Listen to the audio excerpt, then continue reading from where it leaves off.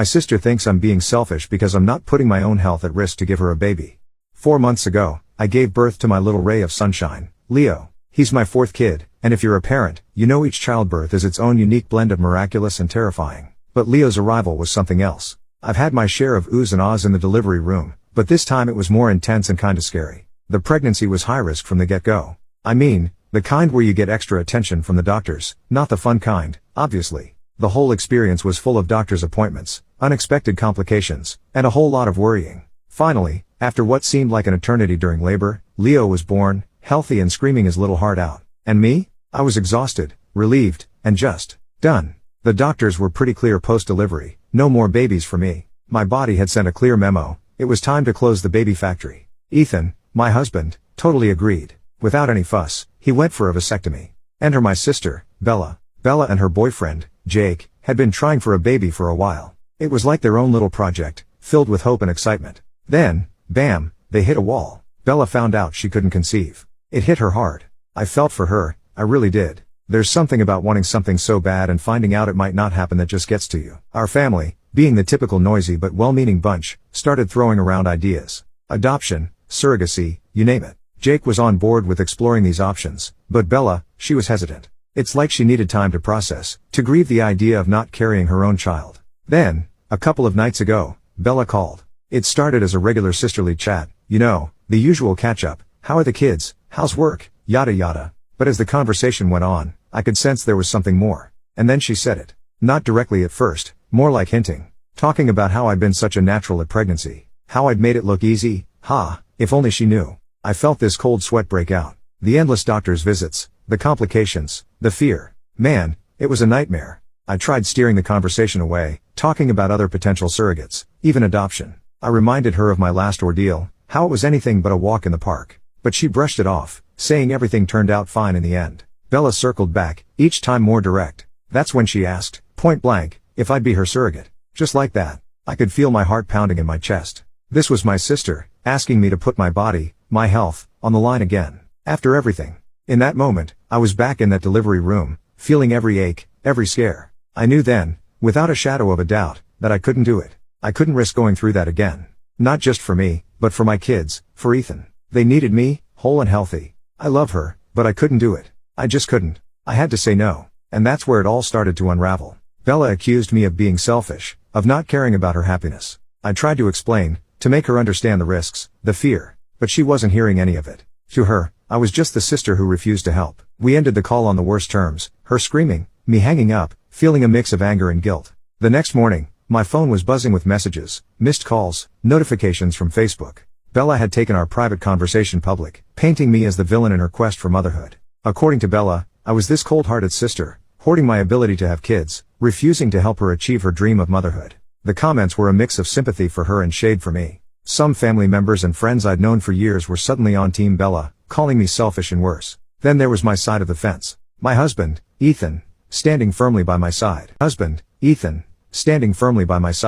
He knew the toll the last pregnancy had taken on me, both physically and mentally. My dad, a man of few words, showed his support quietly but firmly. He understood that my health wasn't something to gamble with. And a few friends and relatives reached out, offering kind words and understanding. I was torn between anger and guilt. Angry because my personal decision, made for my health, was being dragged through the mud. Guilty because, deep down, I wondered if there was more I could do for Bella. My mind kept replaying our childhood memories, the times we'd supported each other. My mom, always the peacemaker, tried to stay neutral, but I could tell she was leaning towards Bella. She would give me these looks and I knew she was disappointed in me. I am not going to lie, it hurt. My brothers were split. One agreed with me outright, saying my health came first. The other was more sympathetic to Bella, though he didn't outright condemn my decision. After days of mulling it over, I decided I couldn't just sit back. It was time for my side of the story. So, I took a deep breath and made my own Facebook post. I poured everything into it, the fear, the pain of my last pregnancy, the doctor's warnings, and how torn I felt about Bella's request.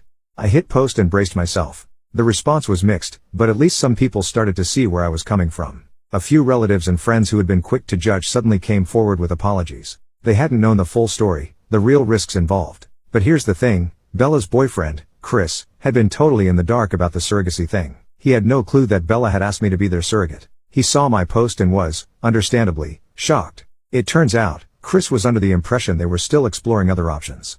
Adoption. Other surrogates. Chris reached out to me, confused and a little upset. He was a decent guy, always had been, and the last thing he wanted was for family ties to be strained like this. He explained that if he'd known about Bella's plan to ask me, he would have talked her out of it. He understood the risk to my health and didn't want that for me, or for their potential child to be born under such stressful circumstances. It was like a domino effect. Once Chris's side of the story got out, more family members began to see the complexity of the situation. They understood that this wasn't just a simple case of me being selfish. It was about my health, my family, and also about Bella and Chris not being on the same page. So, Mom and I decided to meet up for lunch to talk things out. I thought it was going to be a chance to clear the air, to help her see my side of things. The moment I sat down, I could tell this wasn't going to be easy. Mom had this look that says she's made up her mind and good luck changing it. She's always had a soft spot for Bella, but I didn't realize how deep it went until that lunch. We started off with small talk, but it quickly shifted to the whole surrogate debacle. I tried to explain my side, about how my last pregnancy was really rough, and how the doctors had advised against me having more kids. I wanted her to understand that it wasn't a simple decision. But Mom, she just wasn't having it. She kept going on about family and helping each other out. I get that, I really do, but this was about my health. It felt like she was just brushing that aside. Every time I brought up my concerns, she'd counter with something about how family sticks together, how I should be there for Bella. It got heated, and I could feel myself getting frustrated. There was this moment, right, where she said something along the lines of, "You've already had 4 kids, what's one more?" I tried to get her to see how this was affecting me, how torn I felt. But it was like talking to a wall. She was so fixated on Bella's happiness, it felt like mine was just an afterthought. The lunch ended pretty awkwardly. We both kind of just ran out of things to say. It was clear that Mom was firmly on Team Bella, and that wasn't going to change. Enter my dad, David. He's always been the quiet type, more likely to show his feelings through actions than words. Out of the blue, Dad showed up at my doorstep with a suitcase in hand. He asked if he could stay with us for a while. I was taken aback, but of course, I said yes. Dad opened up about how disappointed he was with Mom. He couldn't fathom how she was so blind to Bella's manipulation and how she disregarded my health. Hearing him say that, it was both comforting and saddening. The kids loved having him around, and even Ethan seemed relieved to have another ally in our corner. My brothers and I had often felt that Bella was the golden child, Mom's favorite. Growing up, it was like we were living in her shadow. She got away with things that would have landed us in deep trouble. One evening, while the kids were asleep and Ethan was working late, Dad and I got to talking about the past. We talked about the times when Bella threw tantrums and got her way, or when she made mistakes and Mom would brush them off. Dad admitted that he could have been more assertive, but he'd always tried to keep the peace, not wanting to rock the boat too much. Dad seemed regretful, wishing he'd done more to balance things out. But as he said, you can't change the past, only learn from it. Each of my kids, they've changed me in ways I can't even begin to explain. They've made me stronger, more patient, more loving. But they've also made me more vulnerable, more aware of the fragility of life. I've always been the type to put others first, to be the peacekeeper. But this time, it's different. I had to put myself first this time, which has been hard to deal with. The last pregnancy was a wake-up call. I was lucky to come out of it with a healthy baby and my own health intact. But what if I'm not so lucky next time? The thought of leaving my kids without a mother, of putting Ethan through that kind of pain, it's unbearable. After a lot of thinking and some late-night heart-to-hearts with Dad, I decided it was time to try and mend fences with Bella and Mom. Not easy, considering everything, but necessary. Holding on to anger and resentment, it's like carrying a weight around. And frankly, I'm tired. First up was Bella. I sent her a text, simple and to the point, asking if we could talk. No response for days. But then, out of the blue, she replied. Okay. That's all it said. But it was something. It was awkward at first, lots of beating around the bush. But eventually, we got down to it. I explained my side, again, how my last pregnancy had scared me, how the doctors had advised against another one. I told her I understood her pain, her desire to have a child, but I couldn't risk my health. Bella was quiet, which was unlike her. She admitted she hadn't really considered the risks to me, just her own need to be a mom. We left things unresolved but slightly less tense. It was a baby step, but a step nonetheless. Next was Mom. This was harder. I invited her over for coffee. She came, but the air was thick with unsaid things. I told her how her favoritism had hurt me, how it felt like she didn't care about my well-being. She listened, really listened. And then she surprised me. She apologized. Said she hadn't realized how her actions had affected me. Now, Chris has talked to Bella, helping her see how her actions had impacted the family. He was supportive of her, but also made her understand that there were other ways to have a family. Adoption, other surrogates, so many options they hadn't really explored.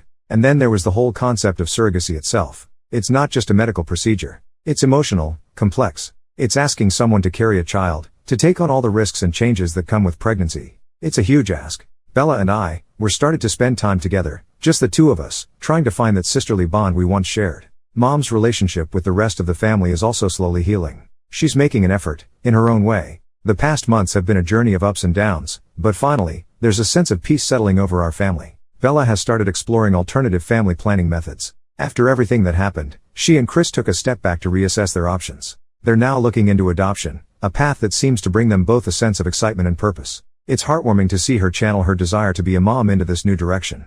I've grown more confident in setting and maintaining personal boundaries, especially when it comes to my health and well-being. I've learned that it's okay to prioritize myself, that my health isn't just about me but about my ability to be there for my family. As I look to the future, I do so with hope. Wishing Bella and Chris the best as they start the process of adopting a child. Hope that our family will continue to heal and grow. Hope for myself as I continue to deal with life's ups and downs.